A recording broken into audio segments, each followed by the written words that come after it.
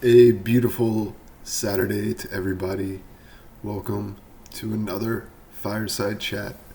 Fireside Chat number 5. Going over UFC 277. Pena versus Nunes 2. Crazy banana peel week again last week. Just things happening all over the place in the main events. But as it is, you brush it off. Today is a new day, so I'm fixing my mat down here. And a new fight card with a bunch of great fights for us. A lot of typically sketchy spots in today's modern UFC. A lot of inflated lines. A lot of possibility. So, welcome back. Let's get going. Orion Kasi versus Mike Mathetha, Blood Diamond. I do not like Kasi's striking whatsoever. He tends to drop his hands later in fights, and he is not Jeremiah Wells. Let's just get something straight. If you want to compare him to Jeremiah Wells, you're wrong. He's not as good as Jeremiah Wells. He's not as strong as Jeremiah Wells. He might not even be as technical on the mat from a jiu-jitsu grappling standpoint, at least in my opinion. Jeremiah Wells knows how to really impose his will. I did not like what I saw in the Phil Rowe fight, and I can see the parallels of Blood Diamond with Phil Rowe more than I can with Orion Kasi to Jeremiah Wells. So let's just get that straight, and I'm going to trust City Kickboxing to shore up the couple of grappling mistakes that Blood Diamond did do in that fight where he was unable to elongate it. A lot of that is fighting Jeremiah Wells in your first UFC fight, so let's pick Blood Diamond in this one. I think the line's a little crazy. Should be more of a pick 'em. Orion Kasi, I hope he's improved his striking. It could be a tough fight, and his gas tank as well. So we're going to see. I like the underdog in a lot of fights on this card.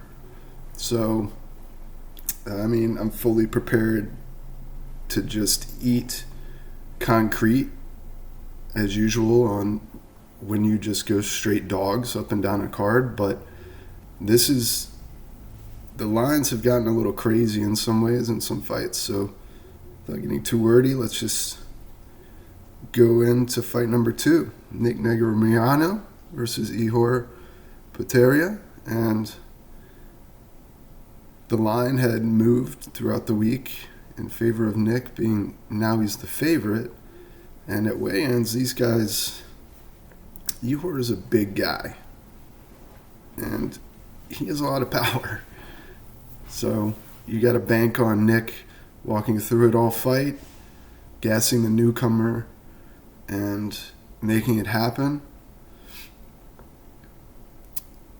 A lot of people bet Nick on some pretenses on Ihor's record and whatnot, but Nick's record's not much better.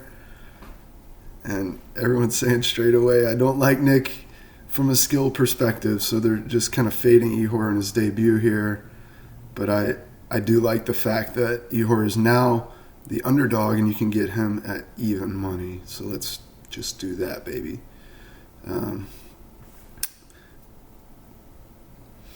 On to fight number 3, Ji-Yeon Kim versus Jocelyn Edwards. Jocelyn Edwards, of course, did not make weight. She's dropping down from her last fight up at 145. Ji-Yeon Kim, one of maybe even the smaller 125 fighters, is moving up midweight, no problem. I think the one thing on Ji-Yeon Kim's record that stands out is she does have a body strike KO, and Jocelyn Edwards is weak to the body. So originally I thought Jocelyn Edwards might be able to come out and just spam kicks, but Ji-Yeon Kim, unlike Ramona Pascual, has a little better lateral movement and gas tank. And had Ramona had a little bit more in that fight, it was easily hers. Jocelyn does not throw with power, even at 145. She's not going to throw with power at 135. So sneaky KO opportunity for Ji-Yeon Kim. Let's just go ahead with that pick. Number 4, Michael Morales versus Adam Fugit. So Michael Morales has head movement and chin concerns right out the gate. He came back in his last fight after getting tagged by, I believe it was Trevin Giles. It shows something good from a newcomer in the UFC, but it also shows that maybe he's not quite there, and he might need to just put a little bit more in his frame, maybe even move up in weight. We'll see.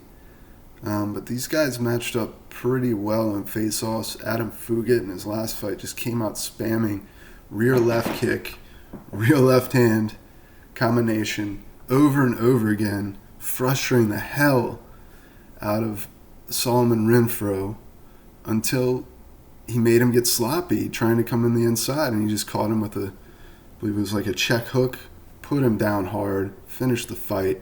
That's something you can easily see happening. Michael Morales should not be this wide. It's only this wide, I believe, because of the short notice aspect. Fugit apparently has a lot of kickboxing fights that we don't really see listed anywhere. So if he just keeps the crazy pace he had in his last one, spamming that damage, Michael Morales could have a really tough time. I mean, I don't like where the line is anymore. It's absolutely ridiculous. I'm going to pit Fugit for the upset. He's going to catch him. Keep in mind, this isn't a contender series guy. This is a guy coming in from LFA, I do believe, or another promotion. Yeah, LFA. So, just something to consider. LFA guys are pretty good. UFC ready. Jakar Close versus Rafa Garcia. Jakar Close kind of beats up non-UFC level fighters and looks competitive, but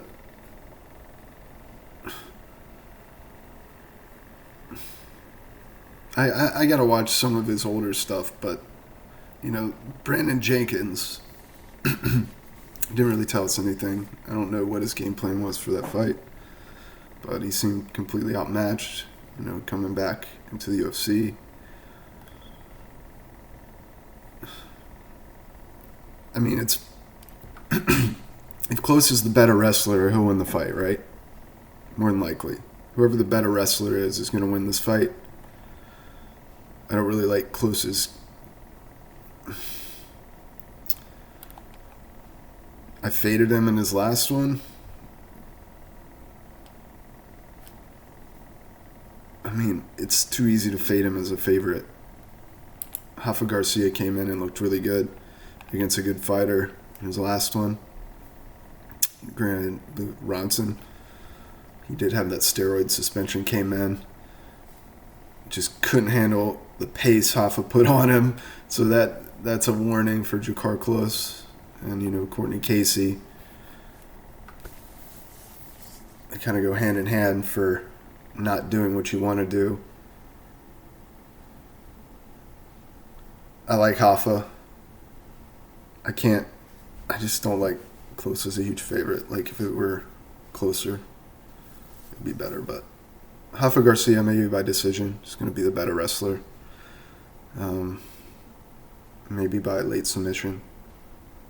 Until next one, Dontel Mays, Hamdi Abdelwahab.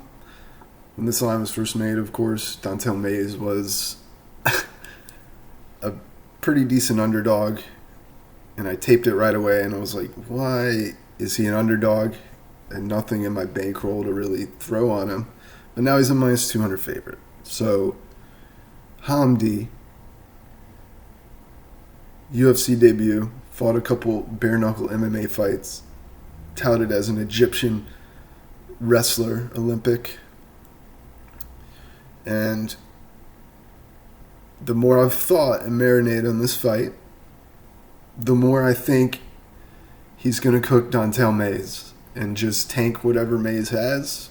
Won't let him really take him down.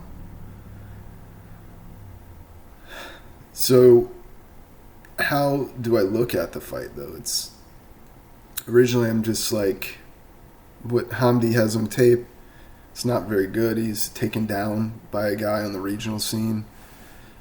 But then you consider that he's probably been training some of those weaknesses nonstop the whole time. He has Olympic level cardio for the most part. And we would just assume he would. I mean, I'm just going to assume. How many Olympians do you see coming in and not having the cardio to at least go the full rounds? And if he's cracking Dontel Mays, I could see him getting a finish in the second or third, as Mays' gas tank doesn't hold up to that Olympic level cardio. So he's now the underdog. It makes sense to bet him now. But I don't know if I'll get there. I'm intrigued by the fight. I don't know if I'll get there, though. Drew Dober against Rafael Alves. Rafael Alves is just such a savage right now. I can't bet against him. This is a good spot for him. Picked him by guillotine in this fight. I don't feel anything's changed. Maybe I missed a little chance to get some better value in the line, but I like it. Drew Dober, he has a lot of UFC experience, a lot of wars, a lot of damage taken throughout his career. Rafael Alves does have a ton of fights, but not the UFC level type of stuff that really can drag you down in most cases later on in your career. So Rafael Alves to hit the hittable guy and submit the submittable guy.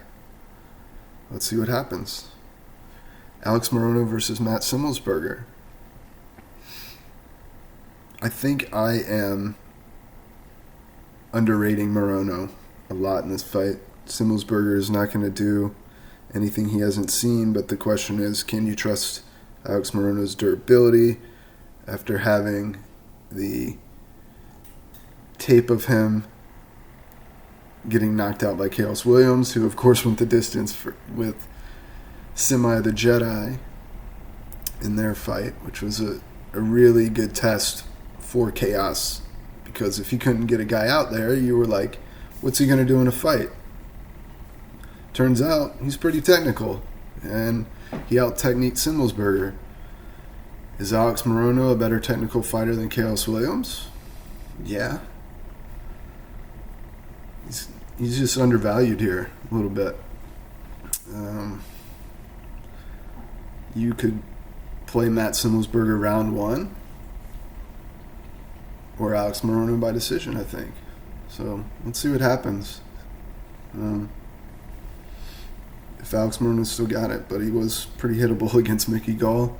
Mickey Gall is a lot more awkward than Simmelsberger, though. He's going to come in a straight line for the most part. So it's Alex Morono slipping off. Maybe find that body kick as he slips off. We'll see what happens. Magomed Ankalaev versus Anthony Smith. Another crazy line, just like Morales Fugit. Though Morales Fugit, I think, of course, has a short notice, but this is another big line on the card. And it's kind of stabilized. It looks like it where it is now with Anthony Smith plus 400, guys. Think about that for a second.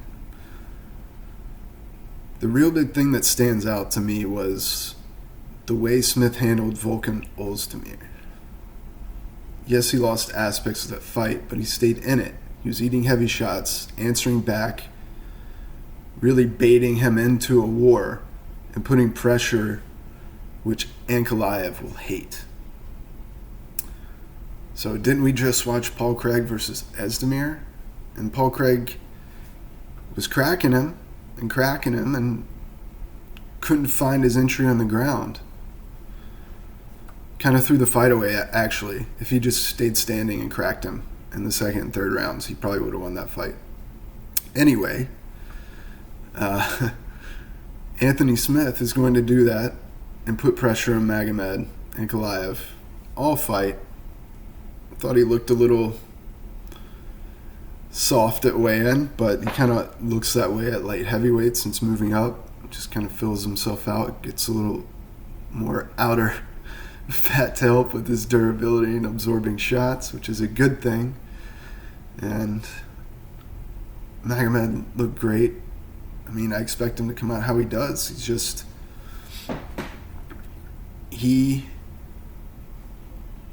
I feel like he's going to crack in this fight. You can maybe play Anthony Smith by submission, which is pretty sketchy, or Anthony Smith by decision.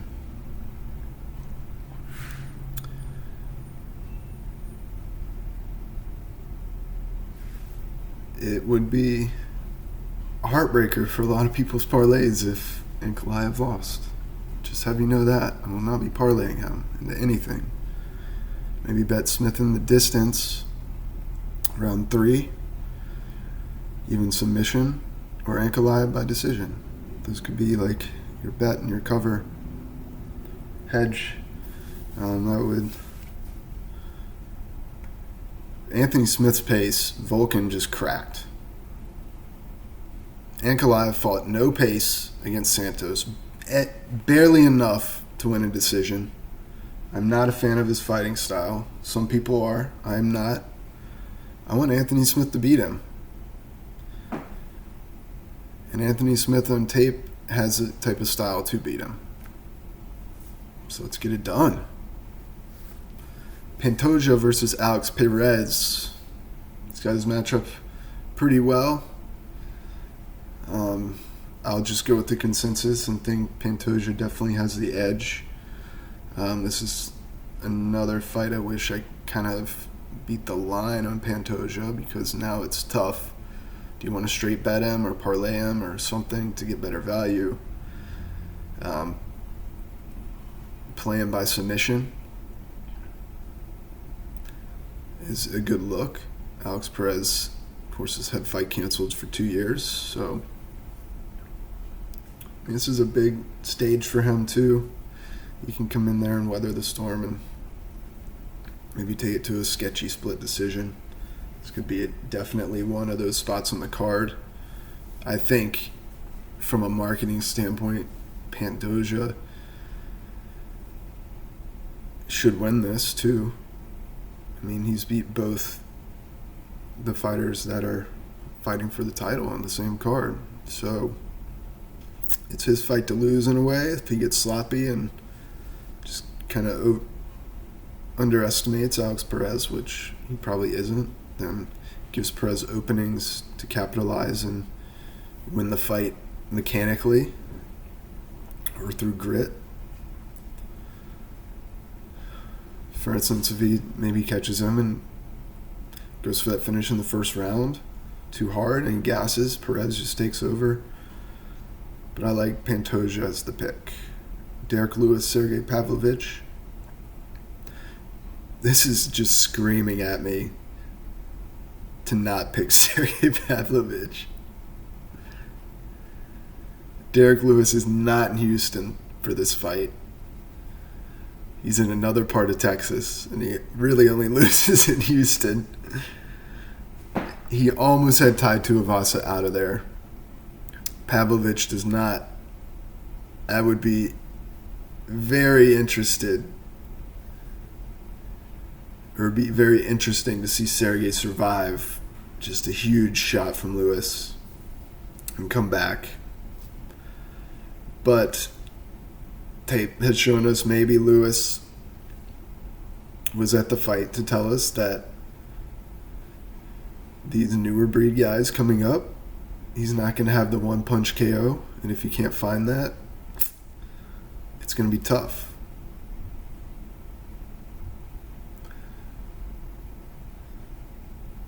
So maybe Pavlovich gets timid of his power, and it's a sketchy decision. You could have worse tickets on the card than maybe a Derek Lewis by decision. I wonder what that looks like. Let's see.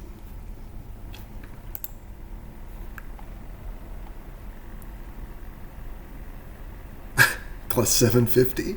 I mean, that's funny. I think Derek Lewis is going to rise. He's going to rise with a big meat sock, meat hand, ham hock to the face of Sergey. And he's going to upset some people, just like he upset Chris Daukaus. Supporters, people that thought Daukaus was going to out-technique him and get in there and kind of break Lewis.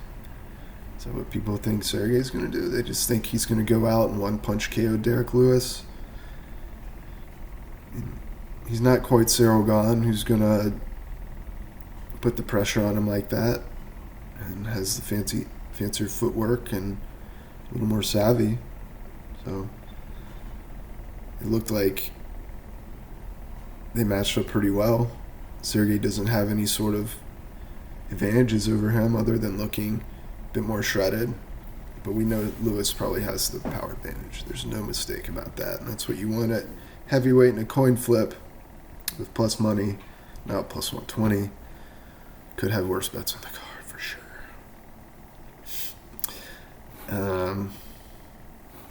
Brandon Moreno, Kai Kara France. I think this is Kai Kara France's time. You're beating Askar Askarov, who is a lot less dimensional than Brandon Moreno. Honestly, the draw that they gave Askar Askarov was a gift in that fight. People who thought Askar Askarov beat Kai Kara France are wrong. Kai Kara France won that. Brandon Moreno, I don't like that he was getting dropped in his last fight. It's a huge red flag, dropped multiple times. Kai Kara France is surging into the most power and quickness in his career. Cody Garbrandt win doesn't tell us much, but fending off Askarov like that and cracking him multiple times, convincing for him fending off Moreno's grappling and being quicker when it comes to the punch. But when capping it, you watch the first fight, too many years had passed. Kai Kara France is a different fighter. Moreno is roughly the same fighter with slightly better combinations.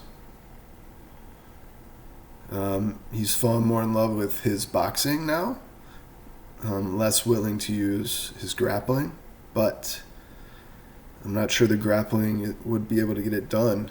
If you're on the Moreno side, you're hoping that he pulls away in 3-4-5. From Kai Kara France, you're hoping he maybe has the power to land early or has shelled up his gas tank enough to be able to wade through any sort of Moreno cardio advantage. But in this spot, I like Kai Kara France. I like him in a close split decision even, because he has not fought for that title. Moreno going for number 4. He has got to be convincing. So, Kai Kara France. Get it done. Why not? Brandon Moreno is one of my favorite fighters, but I got to pick against him here. I'm not liking the fact that he's getting hit by a depleted Figueiredo in his last fight. He's slowing down, I think. Lots of damage in his career, which is rough at flyweight.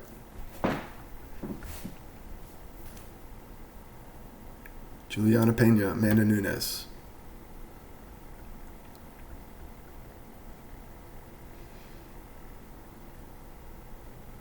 Well, one thing's for sure. I think Amanda Nunes, if she wins, she's not going to be defending this title anymore, I don't think. That would be kind of crazy. Wouldn't you agree with me? Could anyone really see her going up and down again throughout her career? She's already been there. She's done that. Juliana Pena wants it more. Looks to be in the best shape of her career. And Nunes looks to be in appropriate shape as well, you know. She sized up well at weigh-ins. Juliana Pena, she might have a size advantage. She looked big. But that would be crazy. What about a scenario where Pena beats her here and then moves up and beats her there? All of a sudden we're in some weird alternate reality.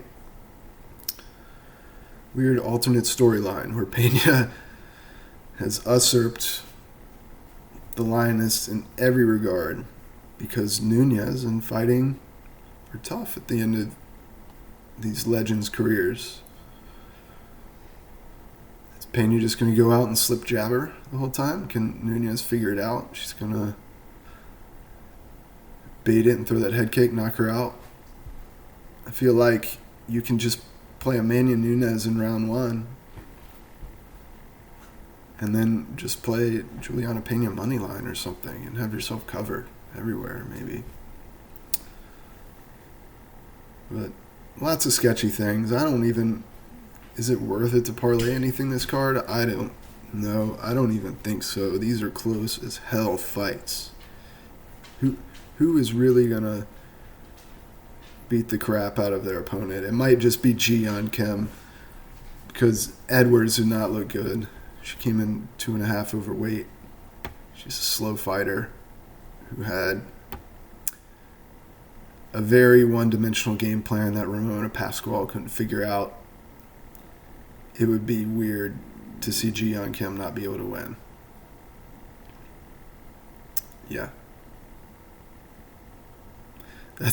That's the card, guys. And hope you enjoyed it. Hope you have a great fight day. Hope they're good fights. I know I enjoyed it. Have a good one, guys. I'll see you next time on FireSide Chat.